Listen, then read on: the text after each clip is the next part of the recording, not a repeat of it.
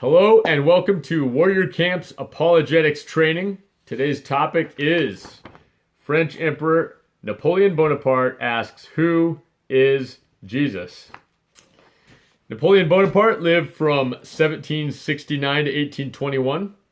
He was by all accounts a giant of history. He was a soldier, a general, an emperor, and he was also in exile. And although no one would add theologian to this list, Napoleon faced a question common to all mankind. Who is Jesus? Though no one is certain of the religious beliefs of the French emperor, and while on many occasions he criticized organized religion, Napoleon seemed to have a strong disposition toward the person of Jesus Christ. This is evidenced by the many eloquent and persuasive statements about the Messiah that are attributed to him, and we're going to look at some of those. Quote, "The nature of Christ's existence is mysterious, I admit, but this mystery meets the wants of man. Reject it, and the world is an inexplicable riddle. Believe it, and the history of our race is satisfactorily explained." End quote. Quote, "I know men, and I tell you that Jesus is not a man. Superficial minds see a resemblance between Christ and the founders of empires and the gods of other religions. That resemblance does not exist. There is between Christianity and other religions the distance of infinity." End quote. Quote, "I know men, and I tell you that Jesus Christ is no mere man. Between him and every person in the world, there is no possible term of comparison.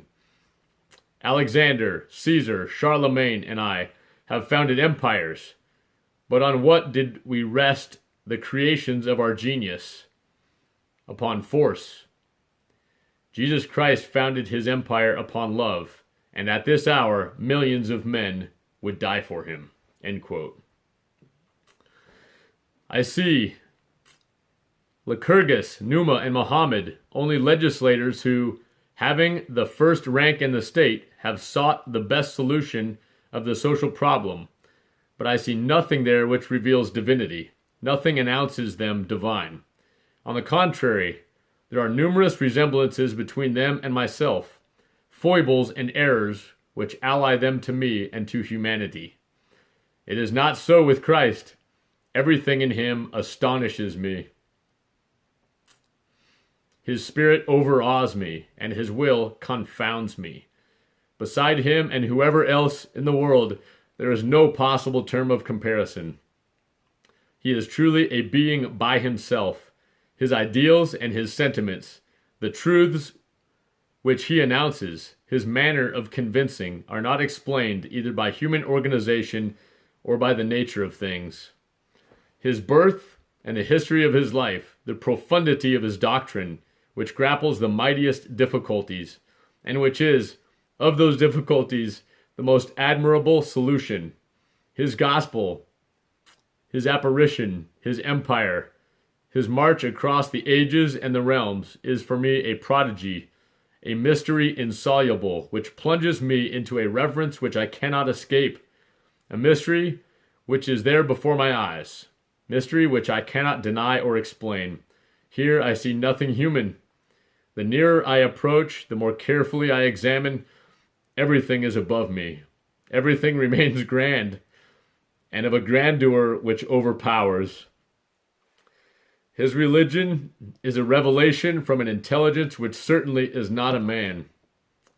There is a profound originality, which has created a series of maxims before unknown.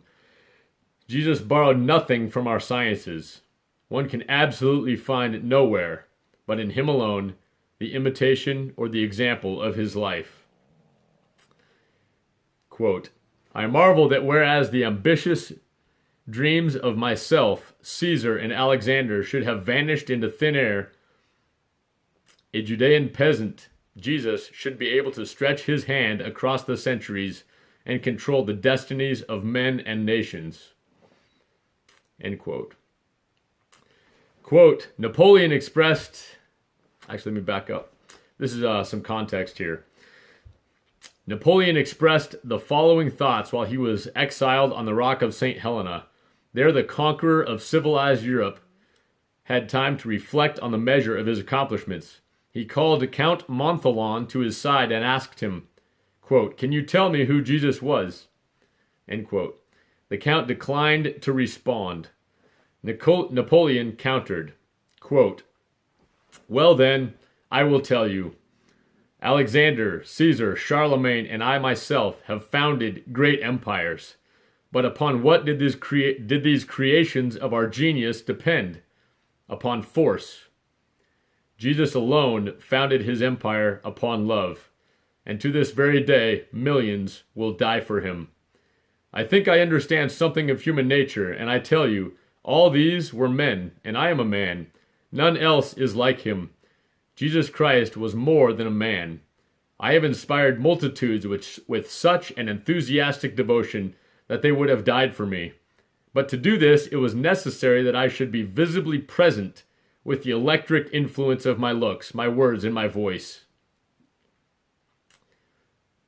When I saw men and spoke to them, I lightened up the flame of self-devotion in their hearts. Christ alone has succeeded in so raising the mind of man toward the unseen that it becomes insensible to the barriers of time and space. Across a chasm of 1,800 years, Jesus Christ makes a demand which is beyond all others difficult to satisfy.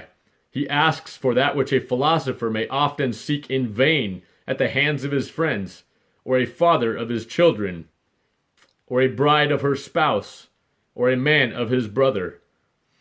He asks for the human heart. He will have it entirely to himself. He demands it unconditionally, and forthwith his demand is granted. Wonderful! In defiance of time and space, the soul of man, with all its powers and faculties, becomes an annexation to the empire of Christ. All who sincerely believe in him experience that remarkable supernatural love toward him. This phenomenon is unaccountable. It is altogether beyond the scope of man's creative powers. Time, the great destroyer, is powerless to extinguish this sacred flame. Time can neither exhaust its strength nor put a limit to its range. This is it which strikes me most. I have often thought of it. This is it which proves to me quite convincingly the divinity of Jesus Christ.